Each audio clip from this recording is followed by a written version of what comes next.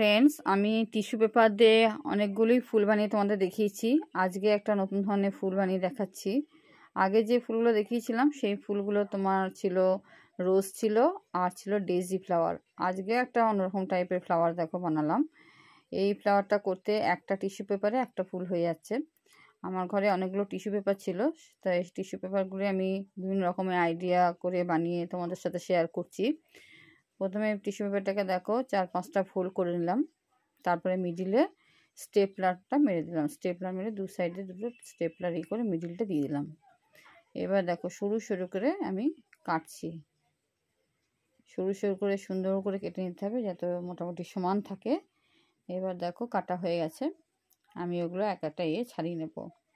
আর এদিকে গ্রিন কালারের chart paper দিয়ে আমি ফুলের ইয়েটা করে নিচ্ছি, ডান্ডিটা করে নিচ্ছি।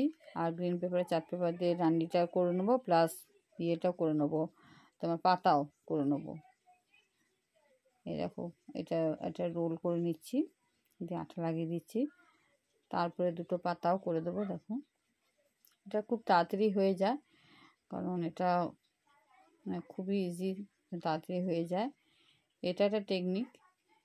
এই দেখো এটা অনেকে তার দিয়েও বেঁধেও করে, কিন্তু আমি পেপার দিয়ে করছি। এই একটা চার্ট পেপার নিয়ে এটা রোল করে করে করছি। দেখো এবার এটাকে কেটে নিলে মিডলে ওই ফুলের ইয়েতে বসাবো। এটাকে দেখো আঠা দিয়ে বসাচ্ছি।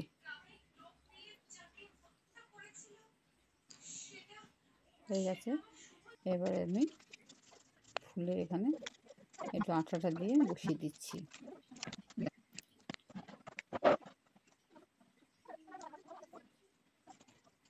বসানোর পরে আমি এটা হোয়াইট কালার আছে, অতটা ভালো লাগছে না, তাই আমি কি করব, এর মধ্যে আমি একটু কালার ইউজ করব।